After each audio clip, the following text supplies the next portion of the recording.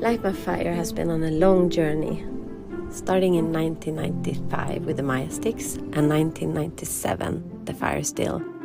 We've always created products that are simple, obvious, and that reconnect us with nature.